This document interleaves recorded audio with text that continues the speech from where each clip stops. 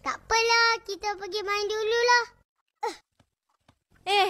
Jangan main kat tengah panas tau. Tahulah, Kak. Ingat kita orang ni budak kecil ke? Kamu berdua kan puasa? Puasa. Halah, tak apa. Orang tak tahu.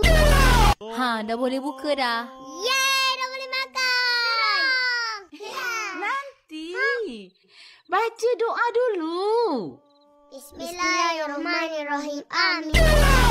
Kak Ros, cepatlah. Kita orang nak pergi sembahyang tawarin dah ni. Kejap. Alah, bersoleklah tu. Opa, kawan Upin kan, dia puasa 1 hari, dapat RM1. Jadi kau, Opa? Fahamlah, Opa. Tak ada apa-apa.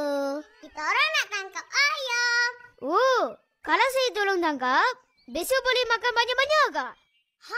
Boleh. Okey. Ini lembu, tak mau kah?